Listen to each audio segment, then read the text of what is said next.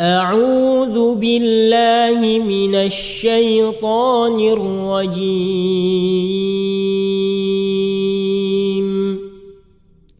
بسم الله الرحمن الرحيم.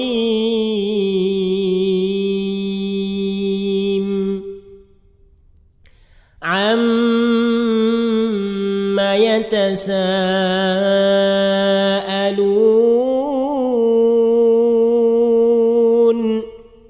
عن النبأ العظيم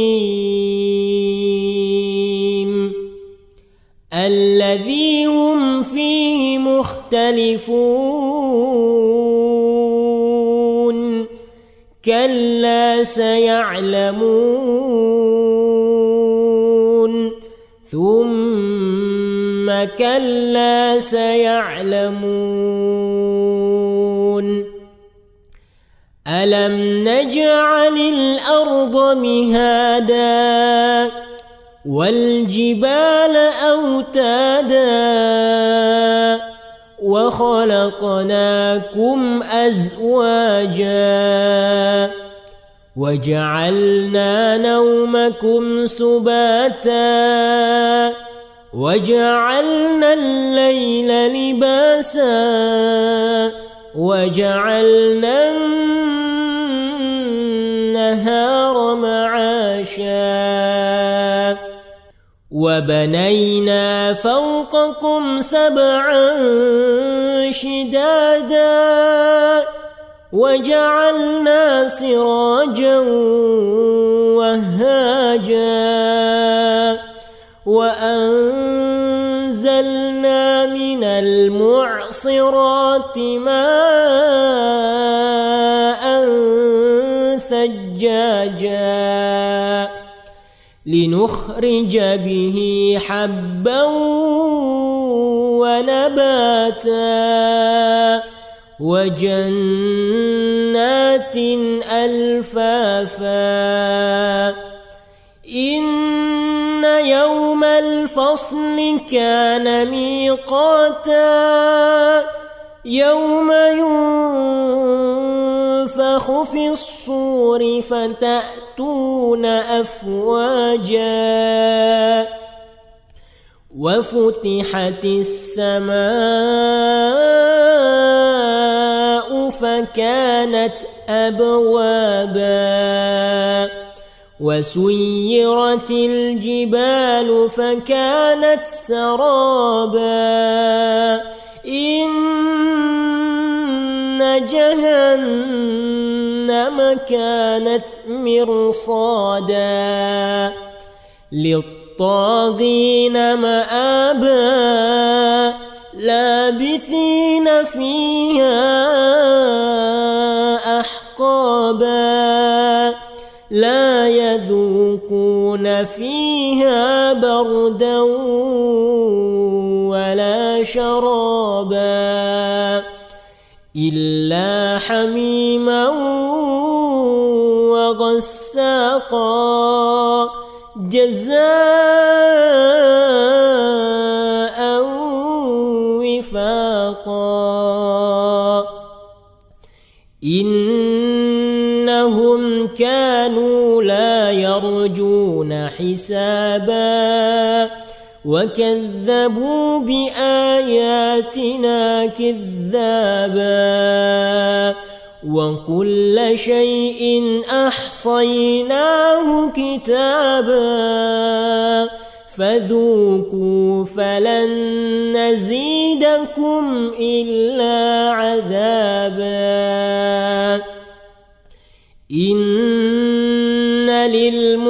للمتقين مفازا حدائق وأعنابا وكواعب أترابا وكأسا دهاقا لا يسمعون فيها لغوا ولا كذابا جزاء من ربهم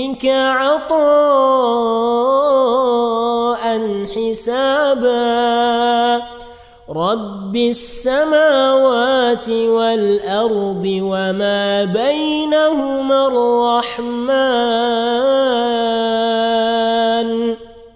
لا يملكون منه خطابا يوم يقوم الروح والملائكة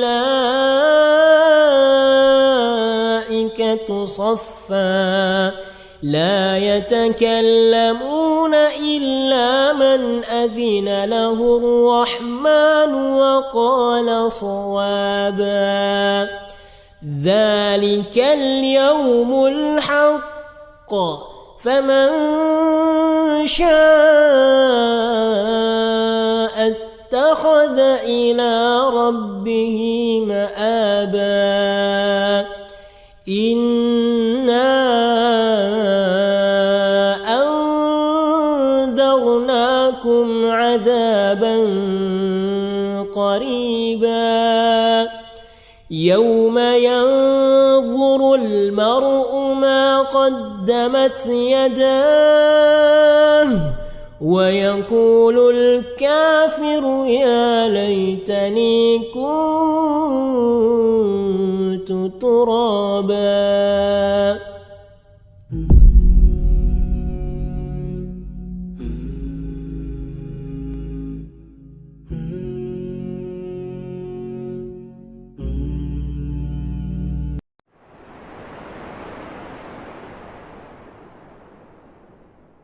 أعوذ بالله من الشيطان الرجيم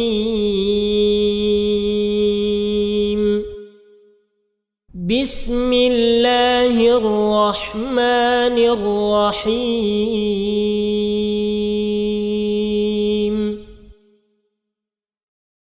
والنازعات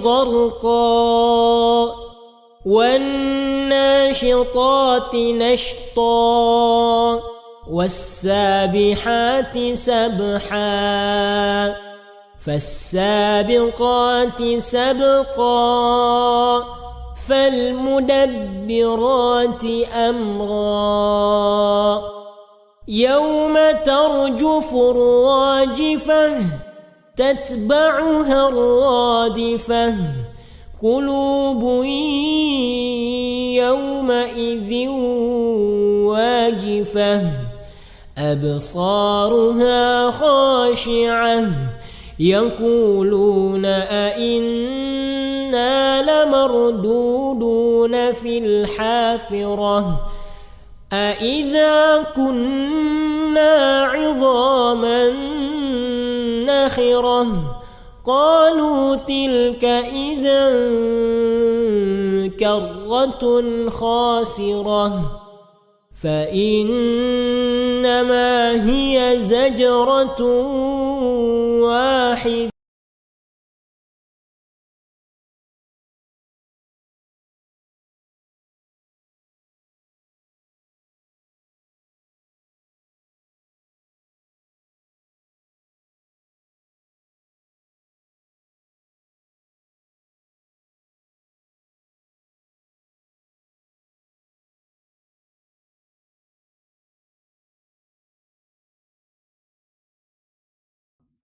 sehingga kita dapat melaksanakan kewajiban kita, melakukan ketaatan-ketaatan kepada Allah tanpa ada halangan, tanpa ada hambatan yang berarti.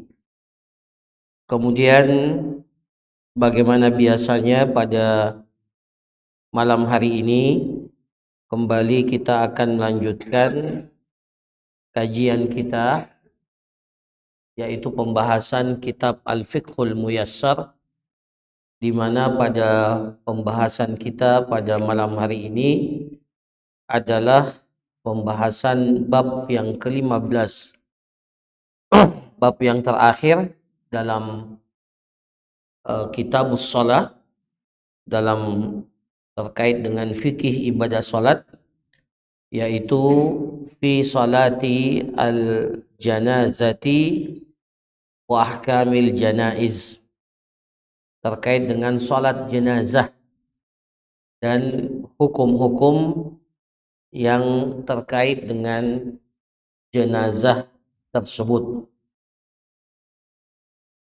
Ada beberapa pembahasan yang kita akan bahas ya, dan kemungkinan pembahasan ini akan mengambil waktu 3 atau sampai 4 majelis ya, sampai selesai pembahasan ini. Yang pertama akan dibahas adalah terkait dengan hukum memandikan mayit dan tata caranya. Kemudian pembahasan yang kedua, siapakah orang yang berhak ya untuk memandikan mayit. Ya. Kemudian pembahasan ketiga masuk dalam pembahasan mengkafani mayit dan tata caranya. Ya. Kemudian masalah yang keempat, melaksanakan salat ya, jenazah. Kemudian pembahasan yang kelima, syarat-syarat salat jenazah, rukun-rukunnya dan sunnah-sunnahnya ya, kaifiat pelaksanaan tata cara salat jenazah. Kemudian pembahasan yang keenam, waktu ya, yang waktu pelaksanaan salat jenazah ya. Kemudian pembahasan yang ketujuh, membawa jenazah dan tata cara mengiringi jenazah itu. Pembahasan yang kedelapan, menguburkan mayit dan hal-hal yang terkait dengan kuburan. Kemudian yang terakhir ya, jadi ada 9 permasalahan yang kita akan bahas tentang takziah ya. Takziah, hukumnya dan kaifiatnya, hukum takziah dan bagaimana tata cara takziah yang dibenarkan di dalam syariat agama kita. Nah ini insya Allah akan kita jelaskan kemungkinan dalam 3 sampai 4 pertemuan. Pada malam hari ini kita akan menjelaskan yang pertama, apa itu jenazah ya. Dalam kitab ini dikatakan al-janaiz. Kata janaiz itu jamak dari kata janazah. Janazah atau jinazah. Ya, jadi dalam bahasa Arab bisa disebut dengan janazah atau juga bisa disebut dengan jinazah. Bisa dengan fathah janazah, bisa juga dengan kasrah jinazah. Ya, jadi salatul janazah itu bisa, atau salatul jenazah itu bisa ya. Kalau kita dalam bahasa Indonesia semuanya sama, jenazah ya.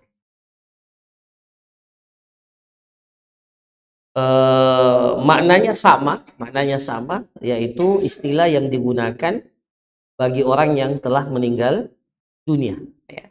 Janazah dan jenazah, meskipun sebagian itu membedakan. Kalau dikatakan janazah itu adalah mayit, kalau jenazah ya itu adalah keranda mayit.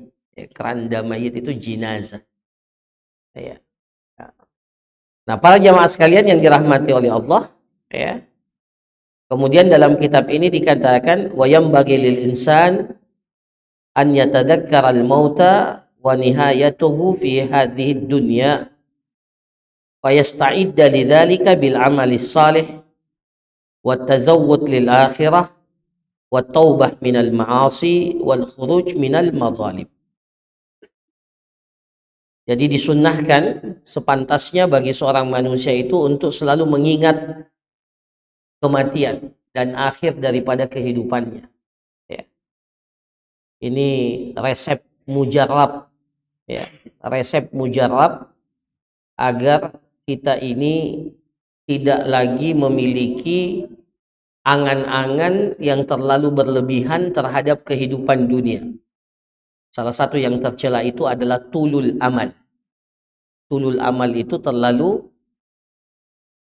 panjang, terlalu tinggi hayalannya pada hal-hal yang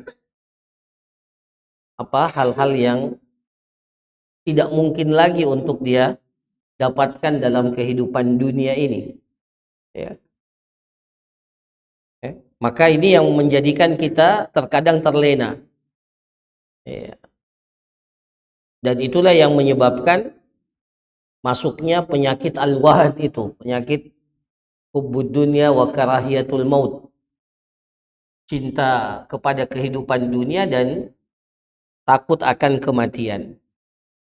Maka bagi seorang muslim itu diperintahkan, ya, seharusnya dia selalu mengingat yang namanya kematian. Ayyatadzakkaral mauta wa nihayatahu fi hadhihi dunya. Dan dia selalu mengingat bahwa kehidupannya itu pasti akan berakhir pada satu titik tertentu. Pasti akan selesai kehidupan kita. Makanya kita diperintahkan untuk memperbanyak ziarah kubur, ya. Melihat orang yang meninggal dunia, menjenguk orang sakit, mengantarkan jenazah, ya. Semuanya itu dalam rangka untuk mengingatkan kita kepada kematian. Karena kematian itu pasti. Yang berbeda itu jalan kita menuju kematian, ya. Kata para ulama, al-mautu wahidun wa asbabuhu yakhtalif. Kematian itu satu. Mau apapun kita pasti akan mati, dan mati itu ya satu. Cuma yang berbeda itu sebabnya saja. Sebabnya saja. Maka yang paling penting itu adalah madza a'datta laha, apa yang engkau siapkan untuk menghadapi hari kiamat atau kematian itu, ya. Nah, kiamat kecil bagi kita itu adalah kematian, dan kita tidak bisa lari dari yang namanya kematian. Wa in kuntum fi burujim musyayyadah, ya, meskipun engkau berada dalam sebuah benteng yang sangat kuat, di menara yang paling kokoh sekalipun, tertutup dari segala penjuru, maka kematian itu pasti akan menghampiri kita. La mahala, tidak ada jalan kita untuk keluar, lari daripada kematian. Maka tugas kita adalah mengingat, ya, tadzakkaru hadimal ladzat, kata Rasulullah sallallahu alaihi wasallam, tadzakkaru, senantiasalah kalian mengingat sesuatu yang akan memutuskan kelezatan hidup di dunia. Hadim al-ladzat, hadimul ladzat itu sesuatu yang memutuskan kelezatan-kelezatan kehidupan, kenikmatan dunia, yakni al-maut, yaitu kematian, ya. Makanya Umar bin Khattab itu punya cincin. Di cincinnya itu tertulis apa? Al-mautu. Setiap kali dia melihat cincinnya, dia ingat kematian. Kita tidak tahu. Yang pasti kematian itu pasti akan menghampiri kita semua dan mendatangi kita semua. Dan cukuplah Nabi Shallallahu Alaihi Wasallam ketika ditanya, ya, bahwa kematian itu punya yang namanya sakarat. Ya, jadi ada namanya istilah sakaratul maut, jelang saat-saat menjelang kematian. Ya, jadi semua orang pasti menghadapi namanya kematian, dan mukaddimah kematian itu yang disebut dengan apa? Sakaratul maut.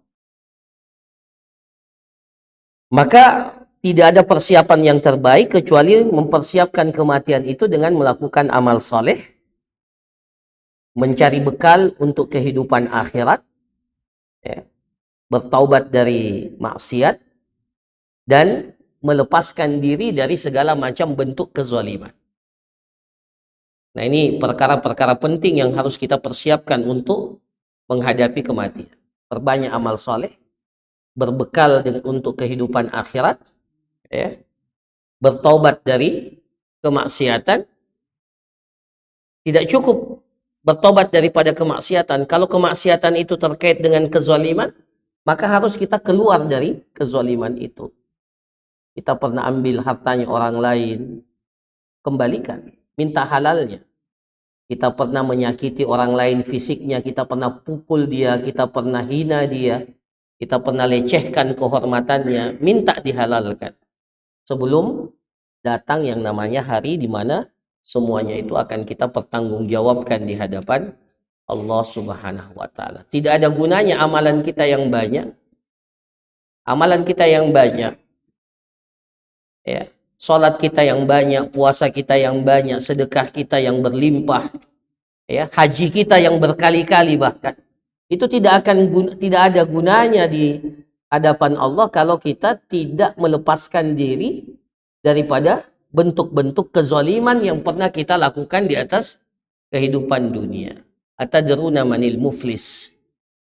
Ya, apakah kalian tahu siapa itu orang yang muflis, orang yang pailit, orang yang bangkrut? Ya, siapa itu? Kata Rasulullah sallallahu alaihi wasallam, al-muflisu man ya'ti yaumal qiyamati bi salatin wa zakatin wa saumin. Orang yang pailit itu, orang yang bangkrut itu adalah orang yang nanti datang pada hari kiamat dengan pahala puasa, salat, zakat. Banyak amalannya. Tetapi apa? Waqad syatama hadza. Dia pernah menghina, menghardik. Syatama hadza. Dia pernah menghardik, menghina orang lain.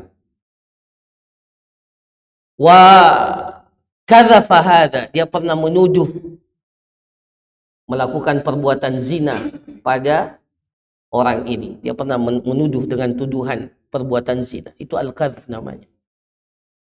Jadi tidak boleh kita ini menuduh orang lain dengan tuduhan yang serampangan, yang sembarangan. Kecuali ada bukti. Ya, ada wanita umpamanya. Ada wanita yang tinggal di dekat kita, setiap hari kita lihat dia keluar malam. Dan nanti pulang pada pagi hari. Apakah boleh wanita itu kita tuduh langsung, Anda ini pezina? Boleh tidak? Itu namanya al-kadhf. Itu namanya menuduh berzina. Tidak boleh. Meskipun ada indikasi itu. Ya. Tapi tidak boleh menuduh langsung. Sampai kita betul-betul memiliki bukti yang kuat. Bahwa dia itu adalah seorang pezina. Ya. Jadi wa kadzafa hadza, dia pernah menuduh orang lain melakukan perbuatan zina. Wa daraba hadza, dia pernah wa akala mala hadza, dia pernah memakan harta orang lain dengan cara yang tidak benar. Wa daraba hadza, dia pernah memukul, ya, memukul orang lain, ya. Ya. Kemudian ya, akan dikatakan kepada orang itu nanti pada hari kiamat, ya, apa yang terjadi? Fatukhadhu min hasanatihi. Pahala puasanya, pahala sholatnya, pahala zakatnya yang begitu banyak itu diambil semua. Kalau dia tidak meminta kehalalannya di atas kehidupan dunia sebelum meninggal dunia, maka kebaikan-kebaikan yang dia sudah lakukan itu diambil semua. Kemudian diberikan kepada orang yang dia zalimi. Kalau ternyata kebaikannya cukup, maka alhamdulillah, sudah cukup. Tapi kebaikannya pasti akan berkurang. Banyak, bukan sedikit, banyak. Tapi masalahnya kalau ternyata kebaikan yang dia lakukan itu belum cukup mencukupi untuk menutupi kezalimannya. Maka apa yang terjadi? Sebaliknya. Kejelekan dari orang itu akan diberikan, ditransfer, ya kalau bahasa kita, ditransfer kepada orang yang menzoliminya. Nah, makanya dikatakan pailit, muflis, ya, orang yang pailit, orang yang bangkrut. Nah, maka salah satu di antara hal yang perlu kita persiapkan dalam kehidupan dunia ini adalah al-khuruju minal madzalim. Ya, al-khuruju minal madzalim. Kita keluar, melepaskan diri, membebaskan diri kita dari segala macam bentuk kezaliman-kezaliman. Sekecil apapun kezaliman itu pernah kita lakukan di atas kehidupan dunia ini.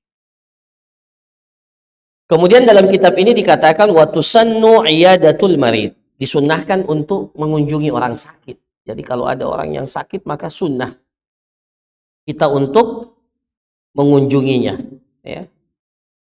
Wa tadhkirihi at-taubah wal wasiyah. Kemudian ketika kita berkunjung ke orang yang sakit itu, maka kita ingatkan dia, apalagi kalau sudah ada tanda-tanda bahwa ini penyakitnya tidak akan, atau menurut dokter sudah tidak lagi diharapkan kesembuhannya. Sudah ada tanda-tanda bahwa ya ini kelihatannya ya tidak lama lagi meninggal dunia. Maka kewajiban kita mengingatkan orang itu untuk selain berbaik sangka kepada Allah, berhusnuzan kepada Allah, maka diingatkan untuk banyak bertobat, beristighfar, ya. Dan kalau ada wasiat maka dituliskan wasiatnya, ya. Ini penting, menuliskan wasiat.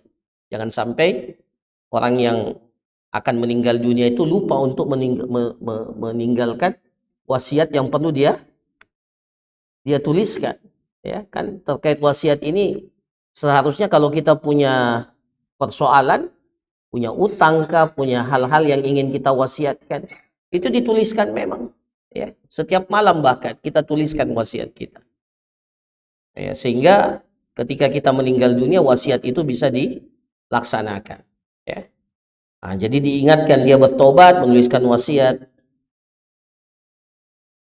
Fa idza qadar yusannu talqinuhu, dan kalau orang yang sakit itu sudah menghadapi yang namanya hadar, sakaratul maut, ya. Sudah detik-detik atau saat-saat menjelang kematian, maka disunnahkan untuk kita mentalkinnya, ya. Laqinu mautakum, ya, la ilaha illallah. Talkinkanlah orang yang akan, bukan laqinu mautakum, bukan orang yang sudah meninggal, ya, orang yang menjelang kematian, ya, karena kalau sudah meninggal tidak ada lagi gunanya ditalkin. Jadi laqinu, ya, talkinkan dia la ilaha illallah, ya. Nah, ditalkinkan. Cuma para jamaah sekalian terkadang ada yang keliru, ya, dalam mentalkinkan ini, ya. Jadi maksudnya mentalkinkan itu ditalkin, ya, diajak atau diingatkan dengan baik secara lembut, ya, tidak memaksa untuk dia mengucapkan la ilaha illallah. Kalau dia sudah mengisyaratkan atau mengucapkan la ilaha illallah, tidak perlu lagi ditalkin, karena itu sudah ucapannya yang dia ucapkan. Kecuali kalau dia bicara lagi yang lain, ditalkin lagi la ilaha illallah. Biasa kita ada orang yang sakarat la ilaha illallah, padahal orang yang ini sudah la ilaha illallah, ya. Nah, jadi kalau dia sudah ucapkan la ilaha illallah sudah cukup. Kecuali kalau dia bicara lagi yang lain atau ada lagi yang lain yang dia lakukan, ditalkin lagi. Nah, itu maksudnya. Makanya memang sunnahnya orang yang sedang menghadapi sakaratul maut ini jangan ditinggal. Bahkan di antara hal yang menyebabkan seseorang itu bisa meninggalkan sholat berjamaah, bahkan sholat Jumat, itu menemani orang yang sedang sakarat. Jadi tidak mengapa, ya, kita ini tidak ikut sholat berjamaah, bahkan mungkin tidak ikut sholat Jumat karena menemani orang yang sedang, ya, sakarat. Ya, kenapa? Karena keberadaan kita di sisinya itu penting, ya, untuk mengingatkan dia dan mentalkinkan orang yang sedang berada dalam sakaratul maut, ya.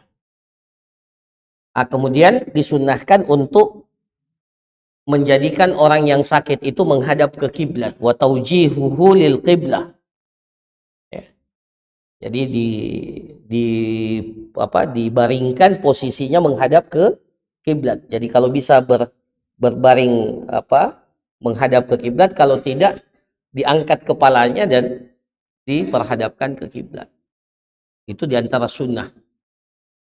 Kemudian di sini dikatakan kalau sudah dipastikan kematiannya, ya, fa idza mata sunna taghmiduhu, kalau sudah jelas bahwa orang itu sudah meninggal dunia, ya, sudah lepas, ya, sudah meninggal dunia, maka disunnahkan untuk apa? Segera diusap matanya supaya matanya tertutup. Ya, ini biasanya dilupa. Ya, karena apa? Biasanya kalau orang meninggal dunia itu mata itu mengikuti apa?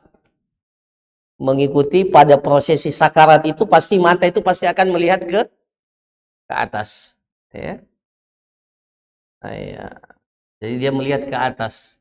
Maka memang biasanya itu wajar, kan biasanya ada orang yang mengatakan, "Wih, matanya terbuka." Ya, memang kita yang tidak melaksanakan sunnahnya. Ya, jadi memang kalau orang meninggal dunia itu mata itu kan nyawanya itu akan keluar dan dia pasti akan ikuti ruhnya, ya. Ruhnya akan keluar dan diikuti oleh mata. Nah, sunnahnya memang pada saat dia sudah dipastikan meninggal dunia segera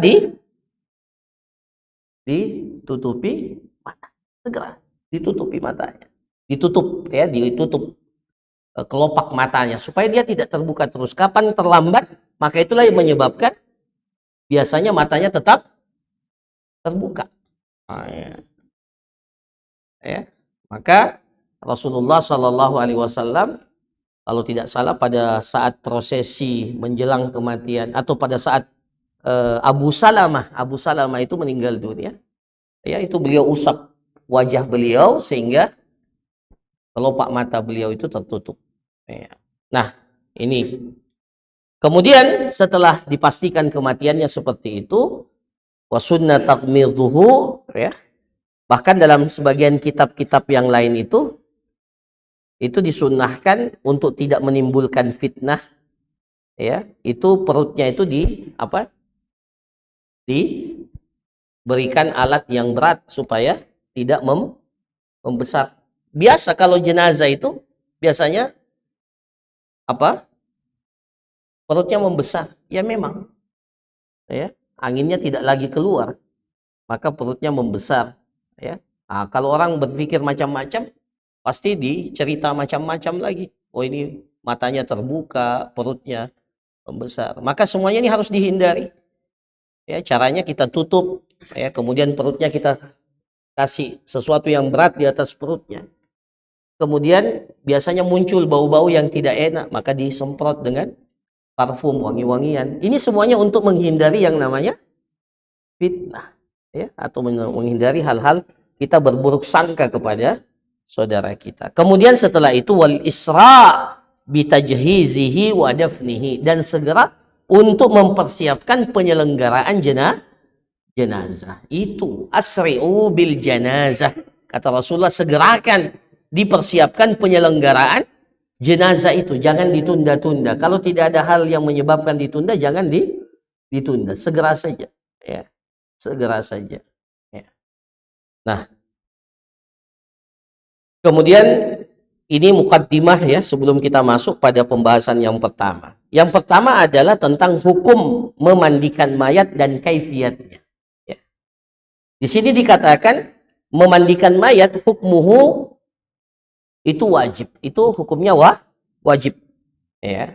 Karena Nabi Shallallahu Alaihi Wasallam memerintahkan untuk mayat itu dimandikan, sebagaimana dalam hadis Rasulullah Shallallahu Alaihi Wasallam memerintahkan kepada para sahabat untuk segera memandikan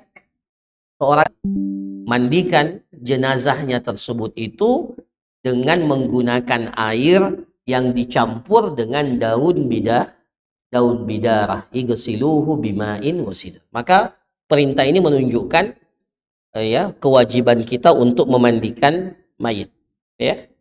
Bahkan ketika putri Rasulullah Sallallahu Alaihi Wasallam Zainab radhiyallahu anha itu meninggal dunia, Rasulullah katakan iksilnaha salasan, ya, mandikanlah Zainab itu sebanyak 3 kali, au khamsan, atau 5 kali, 5 kali mandi, maksudnya 5 kali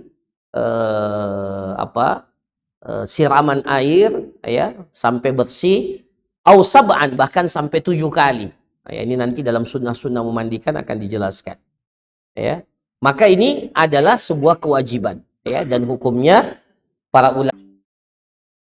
Nah, para jamaah sekalian yang dirahmati oleh Allah, tata cara mandi, ya, yang pertama kaifiatul al-ghusl, tata cara mandi jenazah. Yang pertama adalah perlu dipilih orang yang memandikan itu adalah orang yang terpercaya, adil, dan mengerti tentang hukum-hukum memandikan mayit. Ini penting ya. Jadi memang harus ada di antara kaum muslimin yang memiliki keahlian memandikan mayit, jenazah. Ini biasanya di kampung-kampung cuma satu. Itu pun sudah tua. Padahal sebenarnya memandikan mayat itu hukumnya fardu kifayah. Maka seharusnya jangan satu. Jangan satu, harusnya ada pilihan-pilihan. Ya, maka alhamdulillah sekarang ini ada semangat untuk mempelajari tentang penyelenggaraan jenazah. Kalau perlu setiap masjid itu harus ada orang yang mengerti tentang penyelenggaraan jenazah. Karena kita ini rata-rata kalau ada yang meninggal, di kebiasaan kita di Indonesia ini selalu dihubungkan dengan masjid. Jadi maka memang penting di masjid itu ada orang yang mengetahui tentang penyelenggaraan jenazah. Kemudian yang paling berhak untuk memandikan orang yang meninggal dunia, itu ada urutannya. Ya, ada urutannya. Nanti kita sebutkan secara khusus siapakah orang yang berhak memandikan mayit, ya. Ini nanti kita jelaskan. Tetapi ada urutan-urutannya. Ya, ada urutan-urutannya. Tetapi urutan-urutan ini berlaku kalau orang tersebut itu memiliki keahlian untuk memandikan jenazah. Menjadi gugur kalau dia tidak tahu apa-apa. Ya. Jadi meskipun secara urutan dia yang berhak, tapi kalau dia tidak tahu, maka berpindah kepada yang setelahnya. Kalau semua yang memiliki urutan itu ternyata tidak tahu memandikan jenazah, maka tidak boleh mereka memandikan jenazah. Maka diserahkan kepada yang ahli. Ya.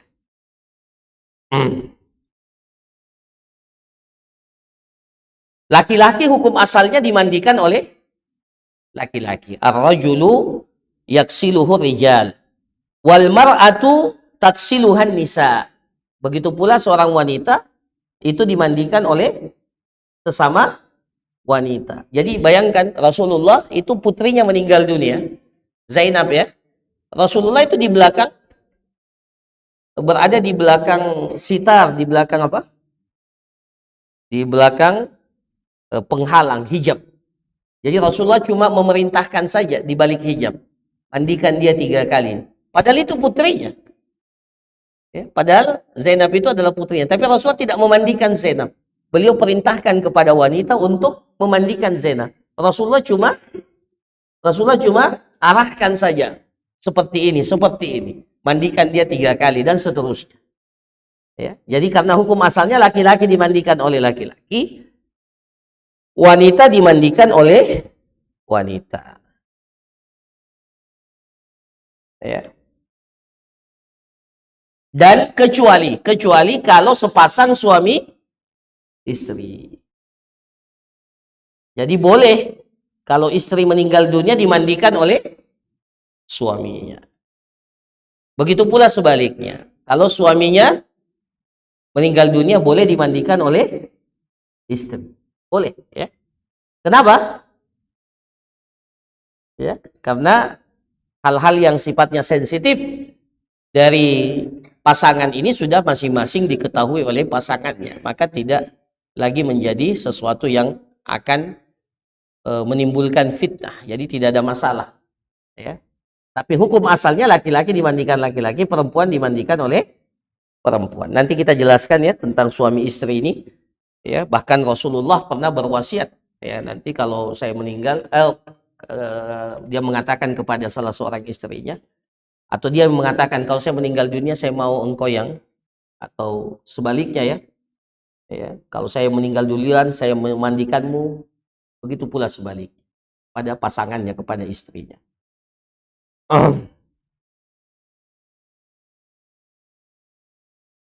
Dan kalau yang meninggal dunia itu anak-anak di bawah 7 tahun, maka boleh dimandikan oleh laki-laki atau oleh perempuan. Jadi boleh ya. Yang penting anaknya masih di bawah umur 7 tahun, belum tamyiz namanya. Ya.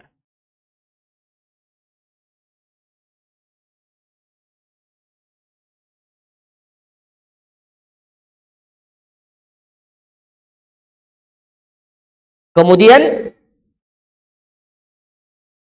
di sini dikatakan wala yajuzu lil muslim rajulan kana aw imra'atan taksilal kafir. Tidak boleh seorang muslim, laki-laki atau wanita, memandikan jenazah orang kafir.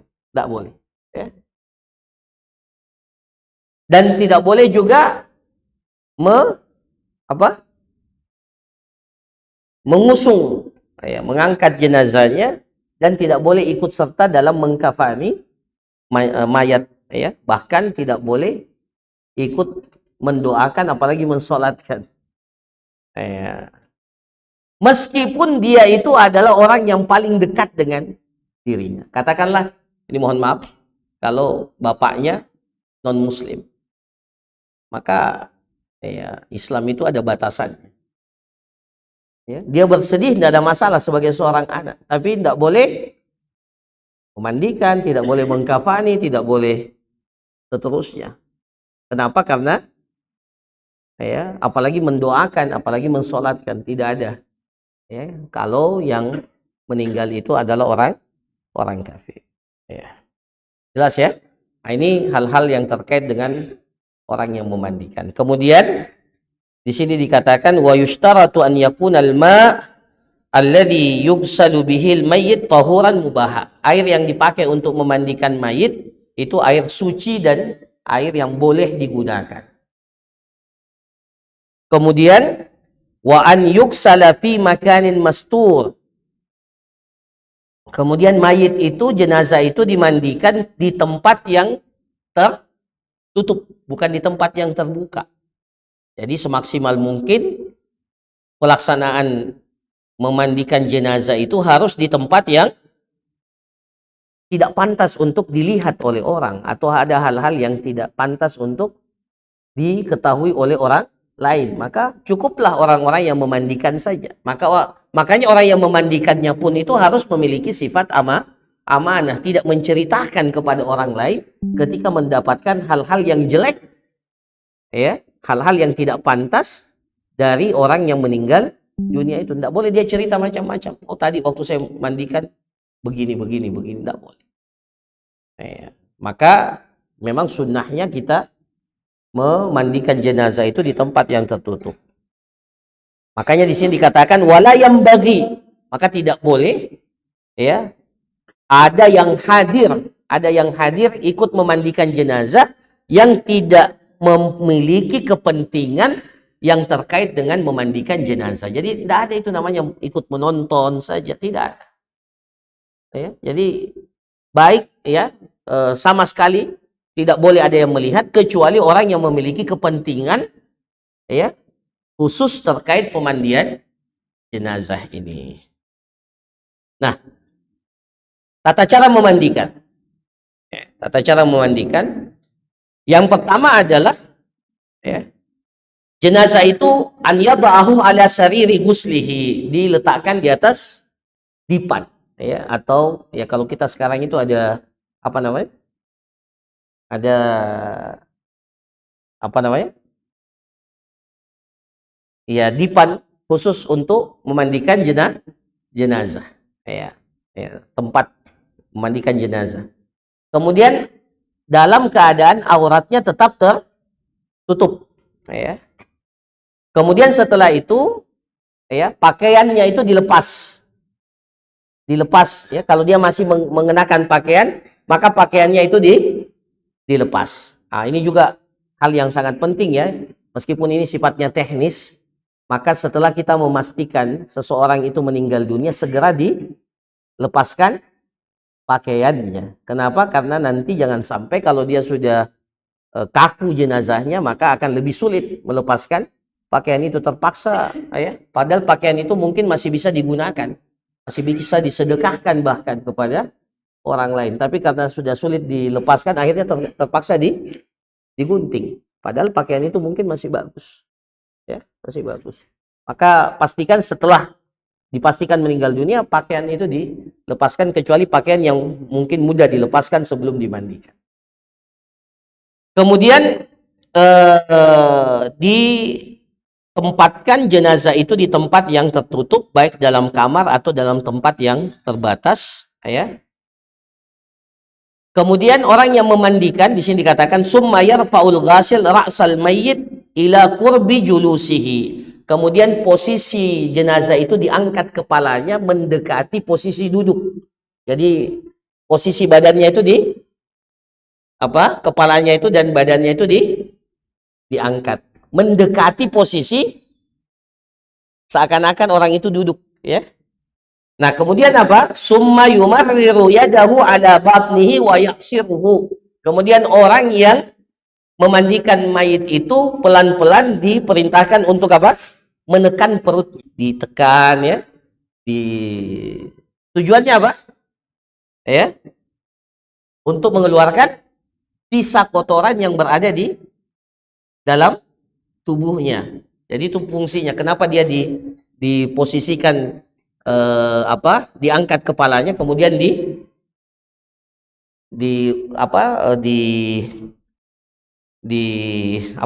ditekan ya. Dengan lembut ya, jangan dipaksa, lembut sampai kotorannya keluar. Tapi kalau tidak keluar jangan dipaksa ya. Biasanya ini belum keluar ya, memang sudah tidak perlu jadi kalau sudah diurut, ditekan dan tidak ada yang keluar, berarti sudah cukup ya, sudah cukup. Jangan juga dipaksa, karena kita juga tidak bisa memastikan dalam perutnya ini ada kotoran atau tidak kan ya. Jadi kalau memang sudah seperti itu ya sudah. Kemudian setelah itu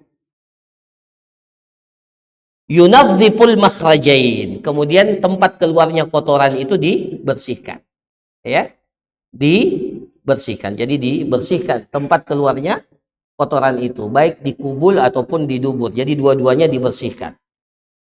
Kemudian wa yunajjil mayyit, kemudian mayit itu diistinjakan.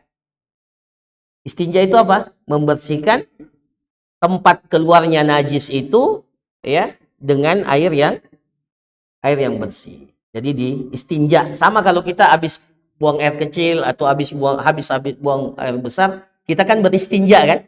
Istinja itu memastikan bahwa tidak ada lagi najis, kotoran yang tersisa pada tempat keluarnya najis itu. Nah, itu istinja, baik dengan air ataupun kalau mau lebih pasti lagi nanti dicek ya. Biasanya kita pakai ya, kalau ada yang meninggal itu pakai tisu, umpamanya dipastikan di duburnya, dilihat apakah masih ada sisa kotoran atau tidak. Nah, ini diantara hal-hal yang sifatnya teknis tetapi penting ya. Nah, kalau masih ada ternyata, maka dibersihkan lagi, disiram lagi air sampai betul-betul kita pastikan itu apa? Bersih. Tapi kalau sudah diusahakan ternyata kotorannya tidak berhenti, maka apa yang dilakukan? Ya, ditutup. Ya, ditutup tempat keluarnya kotoran itu sehingga dipastikan kotorannya tidak keluar lagi. Ya.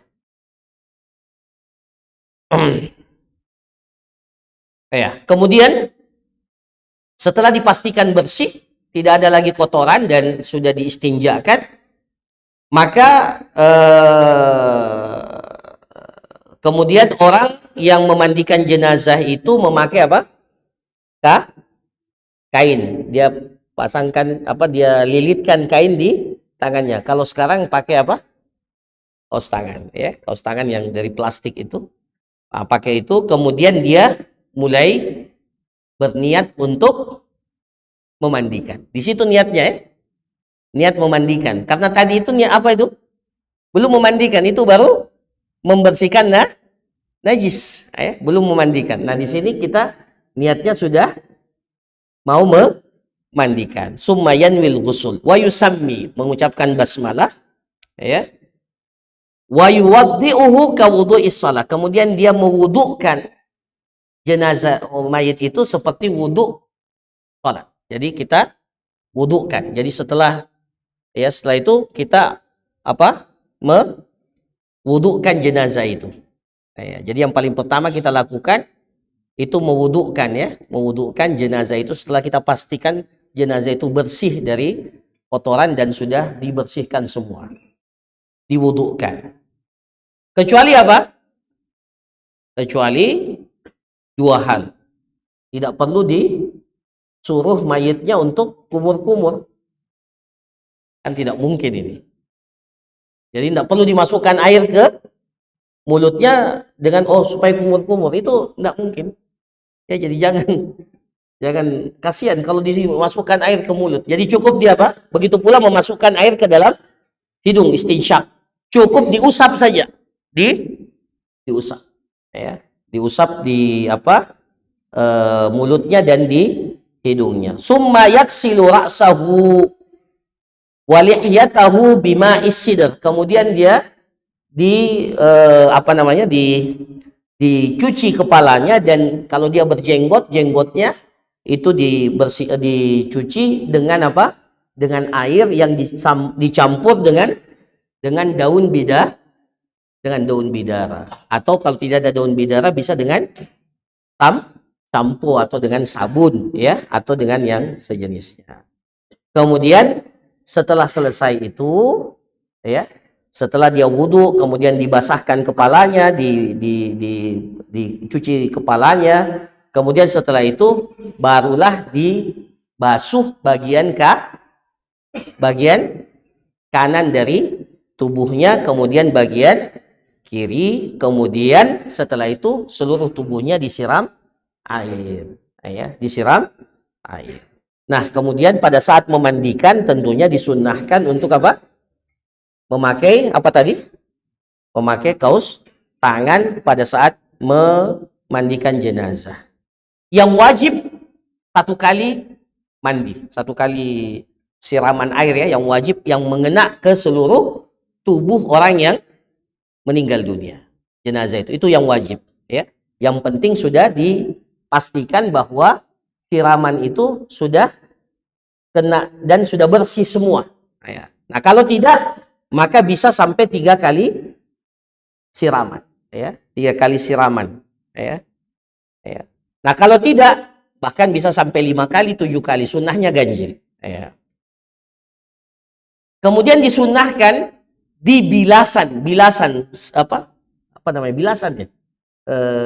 siraman, ya, siraman yang terakhir disunnahkan airnya itu dicampur dengan kafur, dengan kapur barus, ya, disunnahkan dicampur dengan kapur barus. Itu jadi kapur barus dipecah-pecahkan atau dihaluskan, kemudian dicampur dengan air. Nah, itulah yang jadi siraman yang terakhir yang kita siramkan kepada jenazah, ya. Kemudian setelah itu dikeringkan tubuhnya, summa yunasyaf al-mayyit, ya. Kemudian setelah itu, setelah dikeringkan, ya, ini semuanya tetap menjaga auratnya itu jangan sampai tersingkap, ya. Ini teknis, tapi tidak boleh, ya, di auratnya tersingkap. Jadi hal-hal yang, ya, bahkan yang memandikan mayit itu juga tidak boleh melihat aurat itu, ya. Semaksimal mungkin, ya, itu selalu ditutup, ya, dilindungi atau ditutup, ya. Kemudian setelah itu barulah dibersihkan, ya. Kalau kukunya panjang digunting, ya, kukunya dipotong, kukunya yang panjang. Kemudian kalau dia punya kumis yang panjang, ya. Laki-laki jenggotnya, ya, dibiarkan, jangan dicukur, kasihan, ya. Kemudian kalau wanita bisa disisir, kemudian dikepang, ya, dikuncir, ya, dikuncir. Nah, itu kalau tidak, maka cukup disisir di bagian belakang. Ya. Nah ini para jamaah sekalian, jadi itu proses kita memandikan. Nah kalau sudah seperti itu, maka sudah dikatakan prosesi memandikannya sudah selesai. Nah kalau ternyata ya, kalau ternyata tidak ada air untuk memandikan si mayit, maka apa yang kita lakukan? Atau dikhawatirkan kalau dimandikan, ya bagian tubuhnya itu akan rusak. Ya kan biasa ada jenazah, umpamanya di jenazah ini mohon maaf ya korban kecelakaan atau apa, ini sulit untuk dimandikan, maka cukup untuk ditayamumkan saja dengan debu, sama dengan tata cara tayamum ya, sama dengan tata cara tayamum kalau kita dalam keadaan tidak bisa menggunakan air. Jadi cukup hanya ditayamumkan kalau memang tidak bisa menggunakan air dalam kondisi air tidak air tidak ada, atau dalam kondisi ada uzur tidak bisa menggunakan air. Nah kemudian yang terakhir, bagi yang memandikan mayit itu disunnahkan juga untuk setelah itu mandi ya. Disunnahnya bagi yang memandikan mayit ya, bagi yang memandikan mayit itu disunnahkan setelah itu dia juga mandi. Nah ini para jamaah sekalian, hal yang terkait dengan memandikan jenazah. Ini masalah yang pertama atau pembahasan yang pertama. Pembahasan yang kedua, siapakah yang paling berhak untuk memandikan jenazah? Insya Allah kita akan lanjutkan pada pembahasan kita yang akan datang. Barakallahu fikum, jazakumullah khairan ya, mudah-mudahan bermanfaat. Sebelum kita tutup, kalau ada pertanyaan, satu atau dua pertanyaan kita persilahkan. Ya silakan.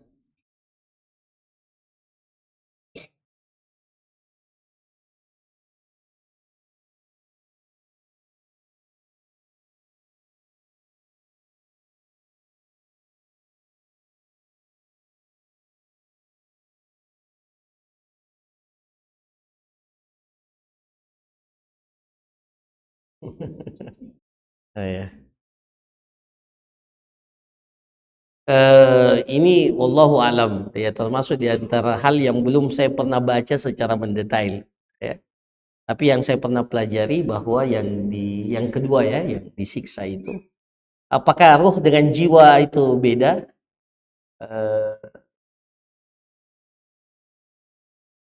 Yas'alunaka 'anir ruh qulir ruhu min amri rabbi. Mereka bertanya kepadamu tentang ruh.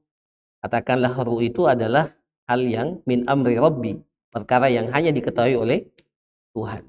Ya, jadi ruh itu ya bukan jasad, jelas ini bukan jasad itu ruh. Ya. Ya. Apakah itu nyawa juga, itu yang disebut nyawa? Wallahu a'lam. Ya. Jadi ya, apakah itu juga jiwa? Ya, wallahu alam. Yang jelas kalau terkait dengan azab kubur itu dalam hadis, maka dalam hadis itu ketika akan ditanya, setelah akan datang malaikat itu, fatu'adu ruhuhu ila jasadi, ruhnya itu dikembalikan kepada jasadnya. Itu dalam riwayat hadis itu jelas. Nah, kemudian kalau dia tidak bisa menjawab, maka akan disiksa di kubur. Di kubur itu disiksa ruh dan jasadnya. Ya, itu yang bisa saya jawabkan. Polemik tentang ruh, jiwa dan ini wallahu alam. Apakah ini masuk dalam kategori ilmu yang kalau kita ketahui alhamdulillah bagus, tapi kalau kita tidak ketahui pun insya Allah juga tidak mendatangkan masalah. Ya. Yang paling penting jangan sampai kita disiksa. Itu mau disiksa ruhnya, jasadnya, ya Allah ya. Makanya setiap kita sholat, Allahumma inni a'udzubika min adabil qabri wa min adabi jahannam wa min fitnatil mahya wal mamat wa min fitnati Al-Masihid Dajjal. Kita berlindung kepada Allah dari namanya azab kubur, ya. Nah, itu. Allah, apanya yang diazab? Kalau lihat hadisnya, ruh dan jasad. Tapi yang bukan itu yang penting sebenarnya. Yang paling penting bagaimana kita menghindari yang namanya azab kubur, ya, siksa kubur. Jadi ada yang namanya siksa kubur, ya. Allah, ya, semoga Allah melindungi kita. Ya, ada lagi? Masya Allah. Mana yang duluan ini? Ya, silakan.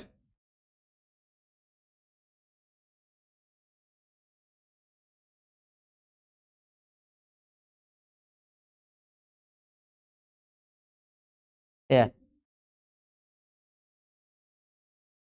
ya.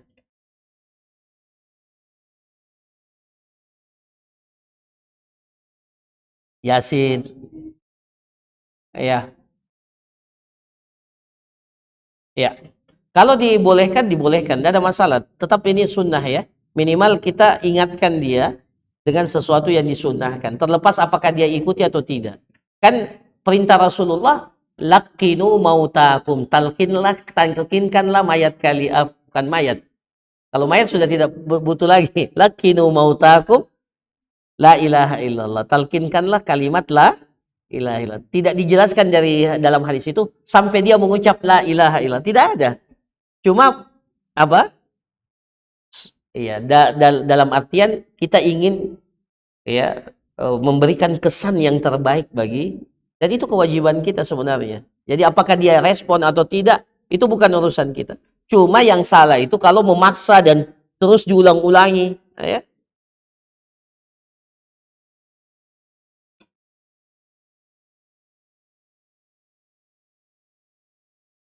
Iya, iya. Makanya ditalkin saja. Iya, ditalkin saja. Kapan kita ini? Yang jelas jangan sampai, ya, jangan sampai, karena banyak juga kejadian ini, mohon maaf, banyak juga kejadian tidak satu. Ternyata di akhirnya sebelum sakaratnya itu kembali sadar, ya, kembali sadar. Nah, itu yang kadang, ya, terlewatkan, sehingga seharusnya pada saat itu harusnya masih bisa ditalkinkan, ya.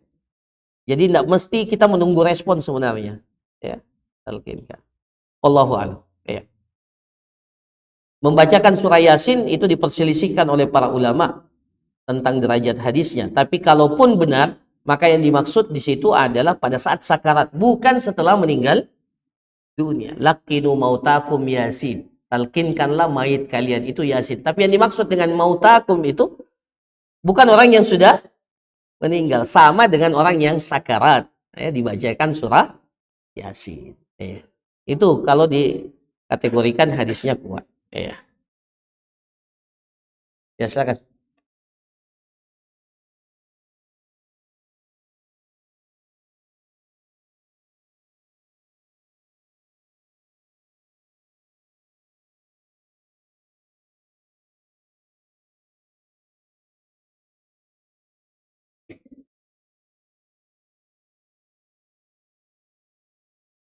Ya. Ya, kalau yang diotopsi maka hukumnya sama, setelah diotopsi diperlakukan seperti jenazah yang, kalau ada keperluan otopsi, ya, maka setelah selesai otopsi diperlakukan sama dengan perlakuan kita dengan jenazah yang lain, selama memang tidak ada mudarat dimandikan jenazah itu, ya. Tuh. Kemudian yang kedua, boleh enggak mayat itu dijadikan sebagai bahan penelitian? Ada yang mau begitu, ya? Ya. Tanya mahasiswa Fakultas Kedokteran ini yang udah. Maka kata para ulama, fatwa yang disebutkan, maka itu boleh, tapi diambil dari mayit yang gairu maksumid dam. Apa? Gairu maksumid dam, yang darahnya itu halal untuk kita tumpahkan. Siapa itu?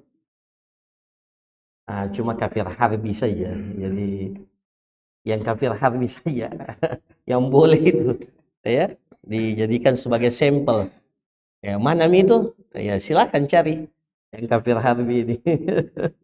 Itu bagi kita orang Islam, ya. Kenapa? Karena Islam itu menganggap jasad seseorang ketika hidup dan meninggal itu hukumnya sama. Makanya dikafani, ditutupi. Apa gunanya sebenarnya ditutupi? Ya namanya dia terhormat. Ya, harus ditutup auratnya, maka dipakai pakaian kafan. Kalau mau ikut, ya kan tidak ada gunanya lagi di jasad. Sudahlah, ditanam saja. Tapi karena kita menghormati, ya ditutup, dikafani dan seterusnya. Ya. Nah, maka boleh, tapi para ulama bilang gairu maksumid dam. Orang yang darahnya itu tidak maksum, halal darahnya ditumpahkan. Itu boleh dipakai untuk jadi bahan percobaan. Ya, ya terakhir.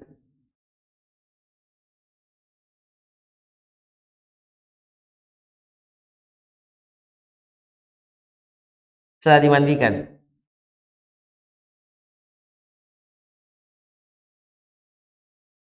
Ya. Kalau boleh, boleh.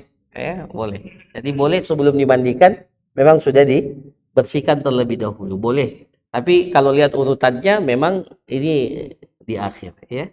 Ini di akhir. Boleh. Kalau boleh, boleh. Tidak ada masalah. Ya.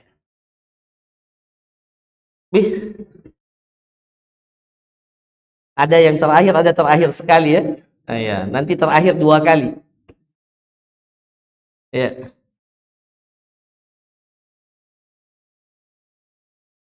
Ya.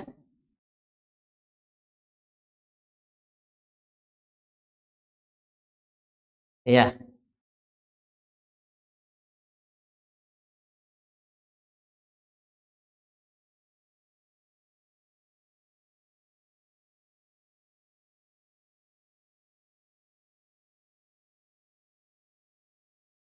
Ya, ya, ya.